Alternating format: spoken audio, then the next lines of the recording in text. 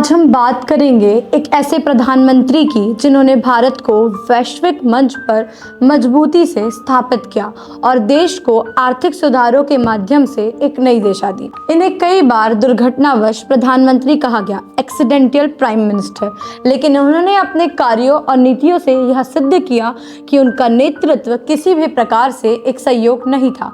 भारत की अर्थव्यवस्था को संकट से उभार कर उसे नई ऊंचाइयों तक पहुंचाने में डॉक्टर मनमोहन सिंह का योगदान ऐतिहासिक और अविस्मरणीय है।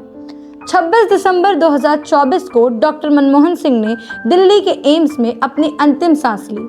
उम्र संबंधी बीमारियों के कारण वह लंबे समय से अस्वस्थ चल रहे थे। उनके निधन की खबर से पूरे देश में शोक की लहर दौड़ गई। प्रधानमंत्री नरेंद्र मोदी समेत देश विदेश के नेताओं ने उनके निधन पर शोक जताया। आइए आज जानते हैं उनके जीवन यात्रा के बारे में। डॉक्टर मनमोहन सिंह का जन्म 26 सितंबर 1932 को पाकिस्तान के पंजाब प्रांत में हुआ। विभाजन के बाद उनका परिवार भारत आ गया।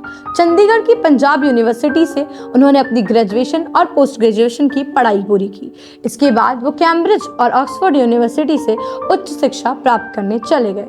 उनका research paper India's export trends and prospectus for self sustain growth आज भी अर्थशास्त्र के क्षेत्र में एक मिसाल है। यह सफर सिर्फ एक प्रोफेसर या इकोनॉमिस्ट बनने तक सीमित नहीं था, बल्कि एक विजन के साथ भारत के भविष्य को नए दौर में ले गए। डॉक्टर सिंह ने पंजाब यूनिवर्सिटी और दिल्ली स्कूल ऑफ इकोनॉमिक्स में पढ़ाया। इसके बाद वह यूनाइटेड नेशन, वर्ल्ड बैंक और भारतीय रिजर्व बैंक जैसे संस्थानों से जुड़े। एक समय आया भारत में जब भारत की अर्थव्यवस्था डगमगाई। 1991 का समय भारत की अर्थव्यवस्था अपने सबसे बड़े संकट का सामना कर रही थी। फिस्कल डेफिसिट जीडीपी का 8.5% था। फॉरेन रिजर्व सिर्फ 2 हफ्ते के इंपोर्ट के लिए बचे थे और देश का भुगतान संतुलन खतरे में था।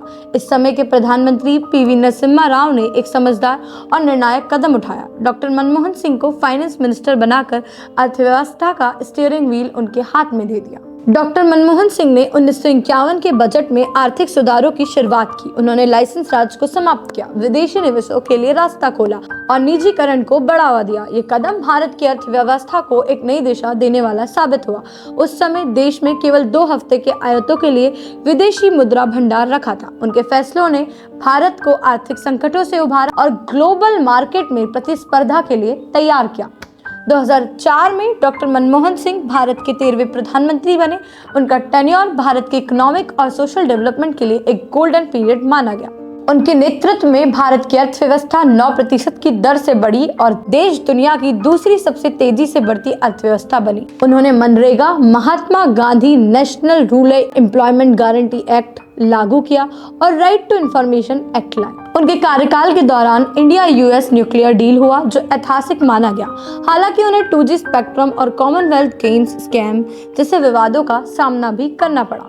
डॉक्टर मनमोहन सिंह को उनके शांत स्वभाव और चुप्पी के लिए आलोचना का सामना करना पड़ा। जब विपक्ष ने उन्हें मौन मोहन सिंह कहा, तब उन्होंने कहा कि हजारों जवाब से अच्छी है मेरी खामोशी, न जाने कितने सवालों को आबरू रखी है। डॉक्टर सिंह ने दिखाया कि शांत और विनम्र नेतृत्व भी प्रभावशाली हो सकता है। उन्होंने अपने निर्णय से भारत की अर्थव्यवस्था को मजबूत किया और देश को वैश्विक मंच पर सम्मान दिलाया। डॉक्टर मनमोहन सिंह एक मौन प्रधानमंत्री जरूर कहे गए, लेकिन उनका काम और उनकी पॉलिसीज उनकी सबसे बड़ी आवाज थी। भारत उनकी लेगेसी को कभी नहीं भूलेगा और उनका योगदान हमें याद दिलाता रहेगा कि एक इकोनॉमिस्ट का विजन किसी भी नेता के समर्थन से कम नहीं होता। आपको उनकी योजना, रिफॉर्म्स और योगदान में सबसे ज्यादा इम्पैक्टफुल क्या लगा, कमेंट करके बताइए। फिलहाल के लिए मैं सलोनी विदा लेती हूँ। आप देखते रहिए TFC मीडिया।